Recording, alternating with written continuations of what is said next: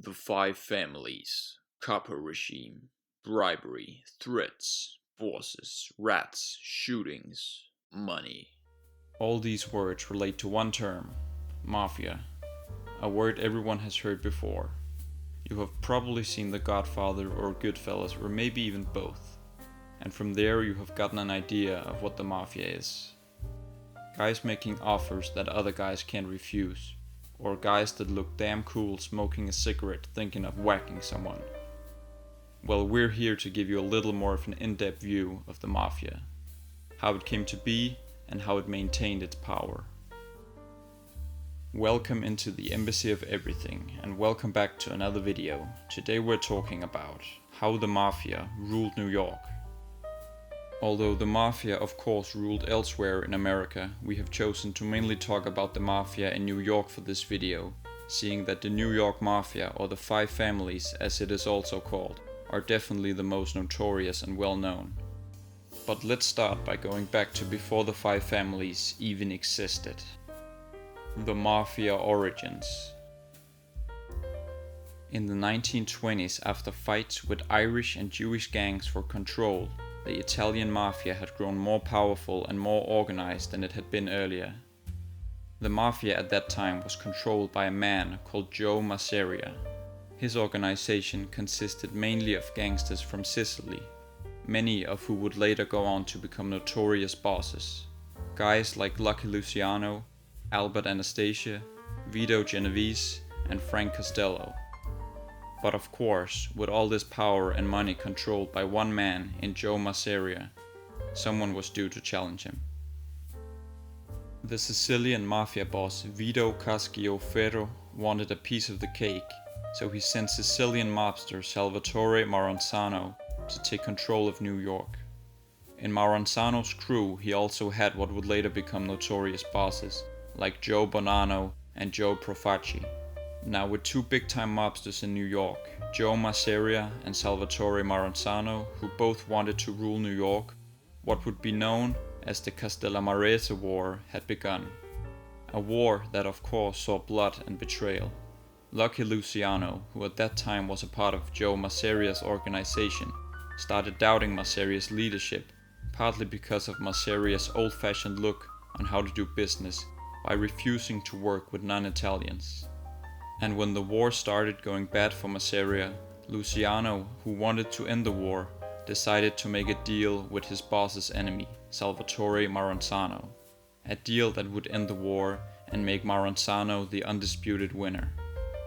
Luciano proposed that he would take out Joe Masseria in exchange of him becoming Maranzano's right-hand man. Maranzano agreed to this, and on April 15, 1931, Joe Masseria was shot. Allegedly by Albert Anastasia, Vito Genovese, Joe Adonis, and Jewish gangster Bugsy Siegel. The Castellamarese War was over. The formation of the Five Families. With Masseria gone, Maranzano reorganized the structure of the Mafia in New York to a system that would still be used many years later. Instead of a single organization controlling all of New York, now the power in New York would be split between 5 organizations or families to prevent unnecessary wars and disputes for power. He made the heads of the 5 families himself, Lucky Luciano, Joe Profaci, Tommy Gagliano, and Vincent Mangano. The 5 families was formed. But for reasons that only Maranzano himself knows, probably because of greed, he named himself boss of all bosses. A move that was not welcomed well by the rest of the heads of the 5 families. Particularly Luciano did not like this, and admitted to himself that Maranzano was more greedy than he had expected. With the help of Bugsy Siegel, Luciano planned the assassination of Maranzano. They sent 4 Jewish mobsters disguised as federal agents into Maranzano's office, where they took him out. The Commission. Luciano now had the upper hand and could have, if he wanted to, proclaim himself the boss of all bosses. But Luciano played it smart, knowing that a position like that would invite challenge and eventually it would mean his downfall. Instead, he kept the 5 families, with them all having the same level of power in cases where they needed to resolve disputes. He also created what would be known as the Commission, an association of powerful mafia bosses that would oversee mafia activities not just in New York, but in the whole country, and also be used to dissolve problems between mafia families. On the commission was the head of the 5 New York families, Luciano, Profaci, Gagliano, Mangano, and Joe Bonanno, who had taken Maranzano's place as the 5th mafia boss of New York.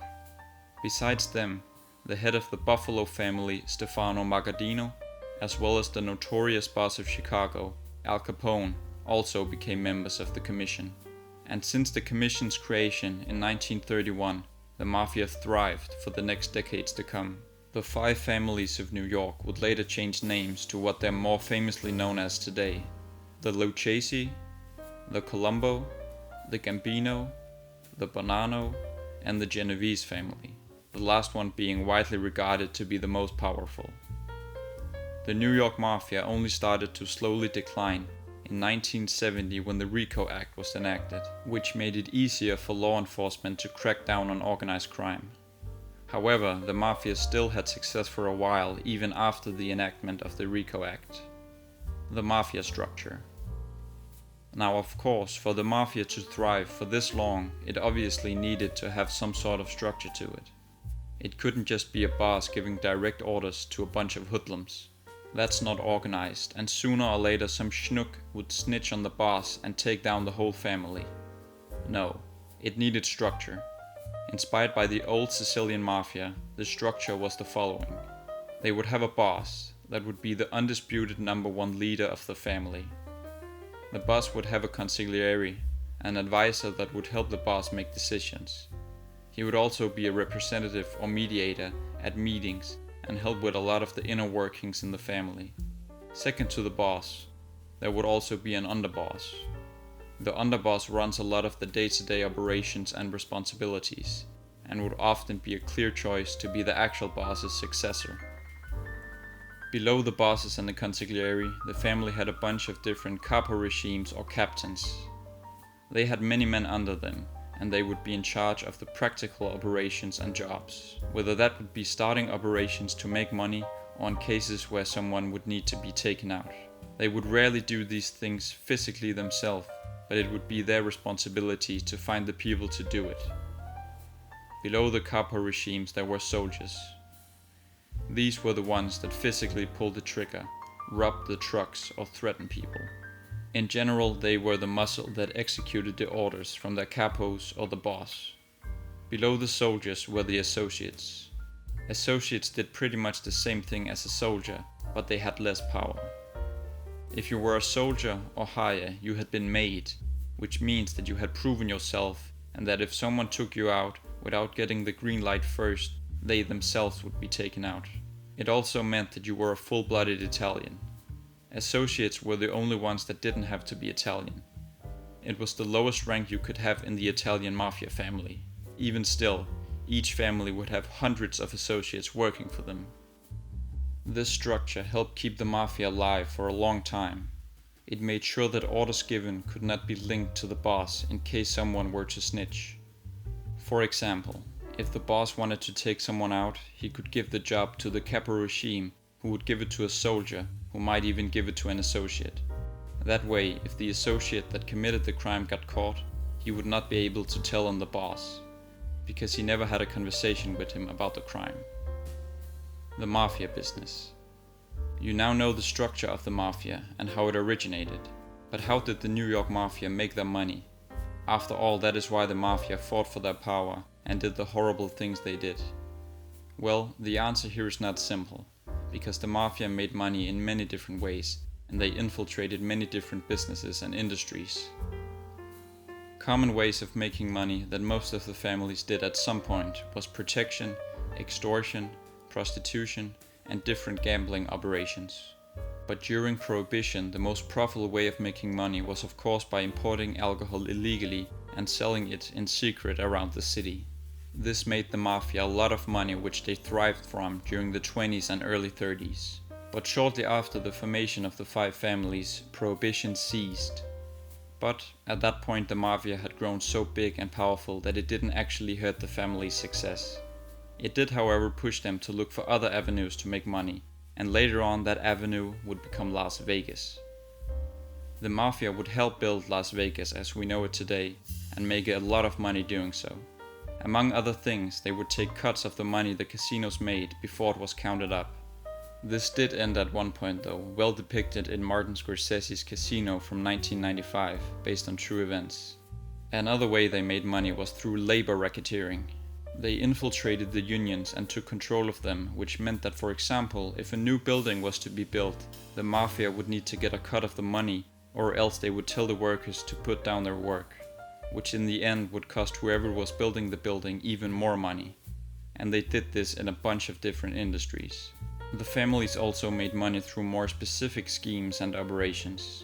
Famous Colombo family capo regime later turned YouTuber Michael Francesi became well known for a gas tax scam that he had found. To explain the scam simply, Francesi would sell a bunch of gas and proceed to not pay tax on the money he made, making it possible for him to sell the gas cheaper than competitors. And before the IRS discovered the gas stations that weren't paying taxes, he had closed them and opened new ones elsewhere. This scam would bring in millions of dollars every single week for the family, until he got caught in 1985. A famous operation that also made a lot of money was the Lufthansa heist depicted in the Martin Scorsese movie Goodfellas from 1990, in which associates of the Lucchese family stole almost $6 million, making it the biggest heist in American history at the time.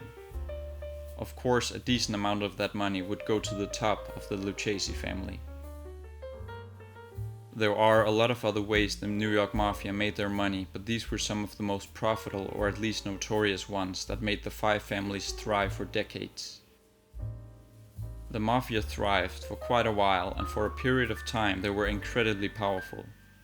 But even though the Mafia probably do exist today to a certain extent, they are definitely not as powerful as they were back in the 40s and 50s. Did we miss any big details about the Mafia in New York? If we did, then please let us know, and if you know any interesting New York Mafia stories, then feel free to share them in the comments below. Thank you so much for tuning in. If you enjoyed the video, then please leave a like, it really helps out the channel. Subscribe to the Embassy of Everything to become a citizen if you want to see more in the future. Here's your passport again, sir. Cheerio and have a good day.